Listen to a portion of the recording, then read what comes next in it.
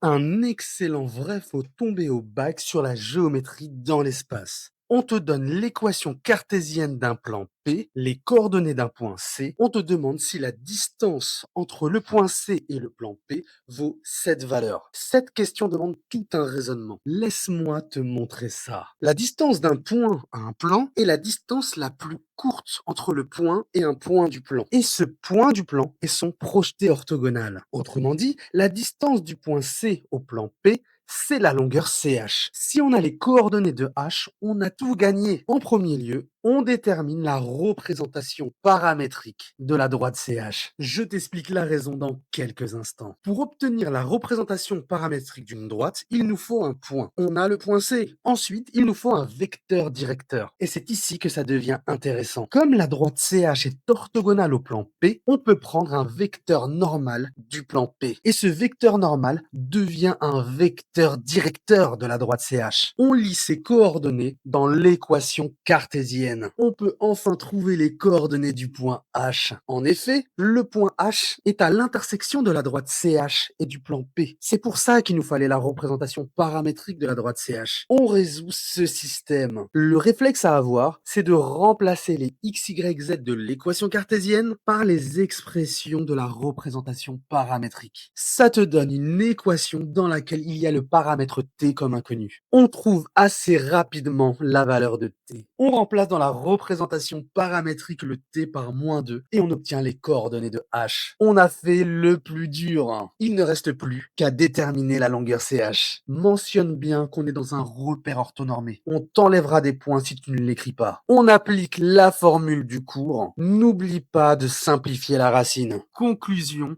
la distance du point C au plan P vaut 2 racines de 3. L'affirmation est donc vraie. Salut à toi.